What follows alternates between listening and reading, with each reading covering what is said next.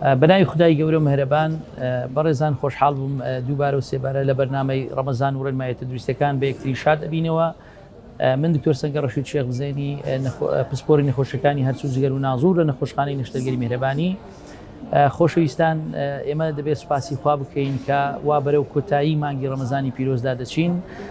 هیوام وایە خوای گەورە ئینشاءالله لێمانی قبول کردبێ و هەروەها هیواشم وایە بە تەندروستێکی باش لێی ڕزگار بووبین ئینشاءالله و سوودێکی باشمان وەرگرت بێ.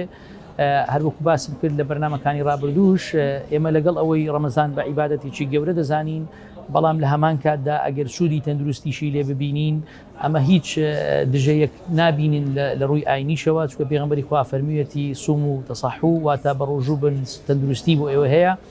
فدڵنیابن ئێستا ئەوە بەرەو ڕۆژەکانی ڕەمەزان کۆتا ڕۆژەکانی ڕەمەزان دەڕۆین، دڵنیابن ئێستا بە فەزلی خوای گەورە جگەرمان پاک بۆتەوە لەو موادە خراپانە، لەو موادە ژەهراویانە، لەو چەوری جەرگانە، بە تایبەتی ئەگەر ڕێنمایەکانمان جوان جێبەجێ کردبێ و گومانی تێدانی ڕیخۆڵەمان پاک بۆتەوە، دەیان با بڵین ژەهر و شتی خراپ لە ناو لاشەمان هەمووی کۆتایی پێهاتووە. فئێستا ئینشاءالله لاشەیەکی بەهێز و لاشەیەکی بەتوانا و لاشەیەکی تەندروستمان لەگەڵ خۆماندا هێناوە. بەڵام یەک خاڵ زۆر گرنگە بەڕێزان، دوای کۆتایی هاتنی ڕەمەزان بەو هیواین بتوانین ئەم لاشە تەندروستە بەهێزە بەردەوامی پێ بدەین. واتە لە بەتایبەتی با بڵین ئەگەر باسی بکەین لە دوای ڕەمەزان بەڵام لە جەژنەکان هەمووی تەعویز نەکەینەوە ئەو هەموو شەکر و خراپی کە نەمان خوارد بۆ دووبارە لە جەژنە هەمووی بخۆینەوە، یان لە دوای ڕەمەزان هەموو بەرنامەمان تێک بدەین، بەرنامەی خەو و خواردن دەست پێ بکەینەوە وەکو با بڵین وەکو دیفاعێک و وەکو هجوومێکی لێ بکەین، یعنی بڵین لەبەر ئەوەی ئەوەندە برسیمان بووە و ئەوە بووینە ئێستا بچین بەعکسەوە هجووم بکەین هەمووی کۆتایی پێبێنین.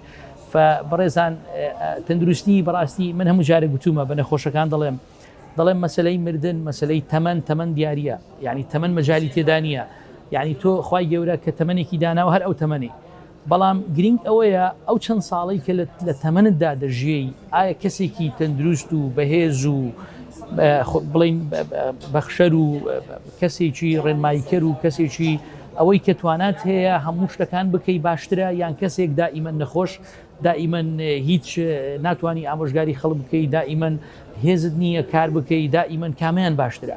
یعنی ئەمە خاڵەکی گرنگەکەیە، یعنی کامیان هەڵدەبژێری تۆ ئەجینا خۆی تەمەن نەبە ڕێنمایی تەندروستی باش دەبێت نەخراب دەبێت، چکە تەمەن دیاری کراوە.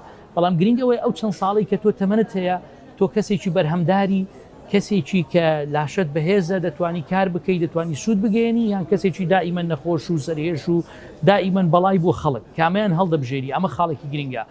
فهیوادارم ئێمە ئەو کەسە ئەو لایەنە باشەکە هەڵبژێرین، هەروەک پێغمبەری خوای دەفەرمێ، یعنی بەڕاستی مسلمانێک يد العليا خير من اليد السفلى، المؤمن قوي خير من المؤمن ضعيف، يعني إنساني بهز باشتر لإنساني بهز بهواي وبهواي إن شاء الله أمشت زي بكين زور سباستان لكين خايجو لدنيش طاعة وعبادة مولاي قبول بكاو زجني رمضان جلارهم من بيروز به مباركات به إن شاء الله. والسلام عليكم ورحمة الله وبركاته.